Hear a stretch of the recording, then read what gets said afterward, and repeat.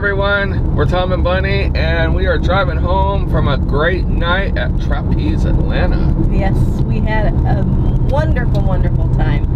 So many new people, and what a great fun crowd they had. So we actually had 5 couples come up and tell us they were brand spanking new for the very first time, and the reason why they were there was because they watched our video tour that we did 4 months ago of Trapeze Atlanta. So that was really, really cool. 5 new couples from our video in one night, and it just happened to be the night we were there. Right, that was pretty cool. So, and Trapeze says they're getting a shit ton of phone calls because of our video. So definitely keep watching, definitely patronage the clubs that we go to, and give them a call. Our videos are brought to you by Tom's Trips, the adult travel leader in the world. So at Hedonism 2 Resort, and going on Cancun, Desire, Temptation, and Desire Pearl. So if you want adult travel, definitely contact us. The phone number is in the beginning of the video. Actually, we'll put the phone number up right now. Yes, we will. And we're going to put the phone number up at the very, very end of the video. So 2 chances to look for this. So today we're going to talk about Playroom Etiquette. Wow, we're psychic. We speak for each other. You know, because we've been traveling, and now that we're not running a club, and we're not having to take care of all facets of the whole thing, seeing a little bit more of the playrooms and seeing some of the issues that people have talked about.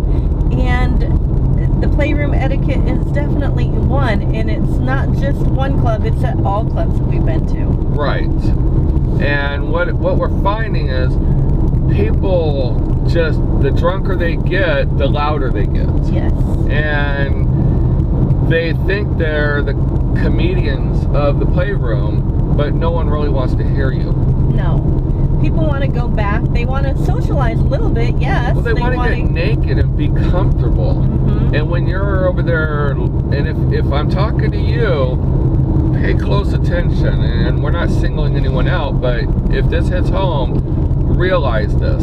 But when you're over there talking to another couple, and you're having your own private conversation, and you all start laughing, every couple in there that's naked, having sex, or walking around, they think you're laughing at them. Right. And you don't realize this.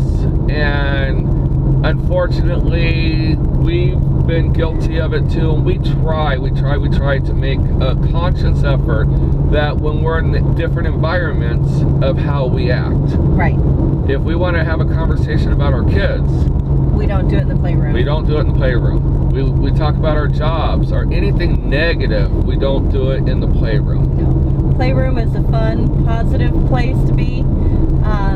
But like you said, people want to be sexy. They want to get a little more frisky. And when people are back there laughing and giggling and talking about, you know, like you said, their kids, baseball. Well, I'll give you an example. Last night, we broke out our new curtain molly.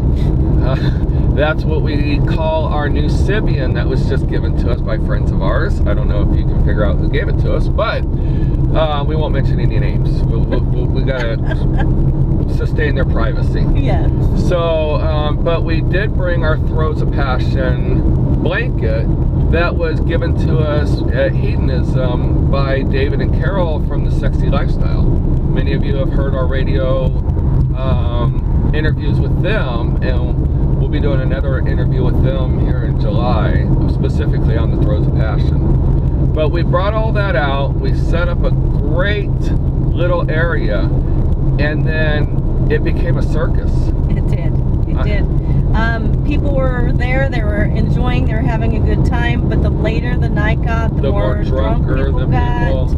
And then it became a whole obnoxious. A whole different thing of what it was supposed to be. It went from a very quiet, people were in awe. I mean, this girl is straddling a turbo vibrator from another world, and her husband's controlling it, to banging on the window telling us to move out of the way or to direct the action. And then we had people coming up just talking as loud as you can imagine, as loud as we're talking, maybe louder.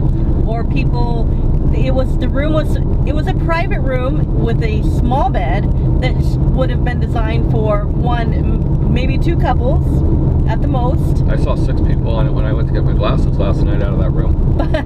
But the fact is all right, you've got a man and a woman. She's on the machine. She might want to invite another friend in there to help or whatever. But then strangers were coming in. Well, if you're a stranger, if you don't know that person, You don't touch without asking. You don't touch without asking. You don't just go into their room that actually has a door on it. And if you're asked to leave, leave. Don't look at the couple and say, do you really want me to leave? Because no one wants to be a douche or a dick. Well, I'll be the dick. I'll ask you to leave. But a lot of people don't know how to be aggressive enough to say, I don't want you in here. Right. You're hindering my orgasm. We did have one couple that used the language barrier. I don't speak English, but it still the hey, move. Yeah, they were having a conversation. I looked them straight in the face, said the shh, and he went, oh. Okay, well that's an international Portuguese language of shh, get the fuck up. But you know, we had this one woman, and she had been waiting her turn, and she was just ready to go on. Oh my God, she had been waiting for an hour because we had a line, literally not even out the door, but also in the observation room. Yeah. There was just so many girls wanting on this machine. But it was her turn, and she chickened out because at that point now everybody was laughing and giggling, and they were loud and obnoxious, banging on the wall. Banging on the window. No, it's not going to happen. She goes, I can't hit an orgasm with all this going on.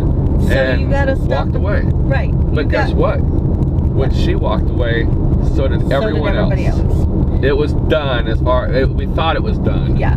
So we started putting it away. We started putting it away, and then all of a sudden the line starts again. So you got to think about it from your aspect. If you're back there, if you're back there and you're playing, how do you want it to be? Right. So we're just saying, when you're in the playroom, remember you're in a playroom. And remember, your conversation carries all the way through the playroom, especially when the other couples are being respectful and keeping their conversations to a minimum or to just their little tiny area. Why is this person stopping? And it also brings up the fact is, please don't touch without asking.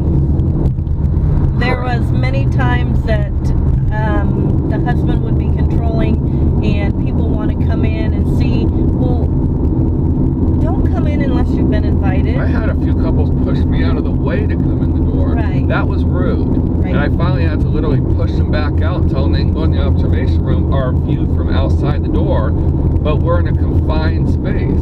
Now, I'm going to throw one of our friends under the bus, and he's going to know exactly who I'm talking about because we laugh about it to this day. But it doesn't even matter if you're a man or a woman. Do not touch without asking. A particular friend happened to be on all fours going down on his wife when somebody walked up behind him and booped his butthole. Put their finger in his butt. And actually said, boop, boop. All right, we laugh about it now. So wait, I want to see if he'll comment on this video. See, they watch our videos. I want to see if you have balls to comment. That's me they were talking about. We laugh about it to this day, and we laughed that night. We thought it was hilarious. He didn't think it was funny that night. But now he laughs. But now he laughs about it. But he went flying across the sheets. I mean, he could have pushed back. Right. But it's only gay if you push back, people. Remember that. So please don't touch without asking. Keep your voices down. Don't talk about your kids or your grandbabies. Bring all your necessary items to the play. Bring your condoms, lube, towels, everything, because if you have to leave the action, if you're hearing that, it's starting to rain. Yeah. Bring everything to the action, because if you have to leave, that might be your own cock block. Yeah. So we're going to end this video now because it's probably going to get really loud because these drops are coming down pretty bad. We're going to keep the camera going though in case we hit a tornado and you can watch us spin. That would be badass. So everybody, you guys have a great day. We're going to get home safely now at this point, and we'll see you next time. Have a good one. Bye-bye.